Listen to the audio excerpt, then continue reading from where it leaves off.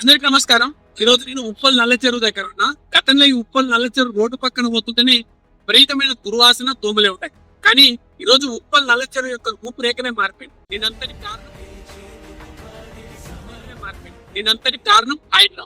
కానీ కొంతమంది హైడ్రా నుంచి రంగనాథ్ గారిని తీసేయాలా, కొంతమంది ఒక అడుగు ముందరికేసి మేము అధికారంలోకి వస్తే హైదరాబాద్ వస్తే పగాల కథలు వేసి వారందరికీ నువ్వు చెప్పదలుచుకున్నాను. ఈ రోజు హైదరాబాద్ లో వాన వస్తే పరిస్థితి ఏంటో మనందరికి తెలుసు. ట్రాఫిక్ సమస్య, కొంచెం వాన ఎక్కువైతే పాపం కొంత ఫ్యాన్ కొట్టుకోపోయిన పరిస్థితి కూడా మనం చూసినాం.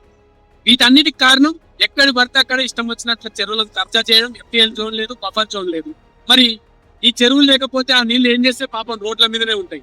కానీ ఈ రోజు హైడ్రా వచ్చిన తర్వాత సీన్ మొత్తం రివర్స్ అయ్యి ఎక్కడంటే అక్కడ బఫర్ జోన్లను, ఎఫ్టీఎల్ జోన్లను ఇచ్చి ఈ యొక్క కబ్జా చేసుకున్న మీరు పోతుంది. ఈ రోజు రోడ్ల మీద ఉన్న నీళ్లు కూడా ఈ యొక్క చెరువులు లేకపోతుంది. ఒక చెరువులని కాపాడమే కాకుండా అద్భుతంగా పునరుద్ధరించి ఈ రోజు అందులో భాగంగానే మనం చూసిన కూకట్పల్లి నల్ల చెరువు, పర్వతాల చెరువు, అదే విధంగా బతుకమ్మ కుంట, నేడు ఈ యొక్క ఉప్పల్ నల్ల చెరువు.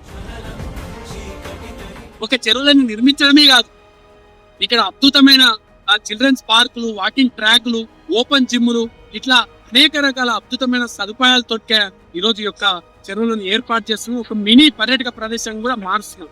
మనం గతంలో ఫ్యామిలీతో బయటకు పోవాలంటే ఆ ట్యాంక్ బండ్కో ఎడుకోబోతుంది. కానీ ఈ రోజు అట్లాంటి పరిస్థితి లేదు. వేరేకి సంబంధించిన ట్యాంక్ బండ్ లాంటి వాతావరణం క్రియేట్ చేసింది హైడ్రా.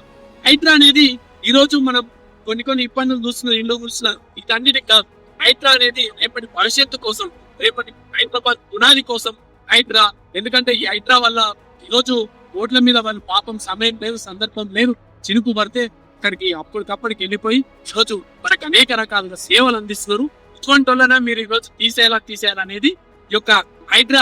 అంటే చాలా మందికి నిజంగా తీసేయాలనుకుంటున్నారు, చాలా మంది కబ్జాదారుగా ఉన్నారు. గతంలో ఇష్టం వచ్చినట్టు కబ్జాలు చేసుకుంటా ఈరోజు ఆ కబ్జాలు ఏర్పడేసింది. కబ్జాలు కొమ్మక్కయి వీళ్ళని తీసేయాలనుకున్నారు తప్ప సామాన్య ప్రజలు ఎవరు చేయాలనుకోలేరు. మీరు ఎవరైతే హైడ్రాను రద్దు చేయాలనుకుంటున్నారో వాళ్ళందరూ ఒకసారి ఆత్మ పరిశీలన చేసుకొని హైడ్రా అనేది ఇప్పటికా మాత్రమే తాత్కాలికంగా ఉండేది కాదు.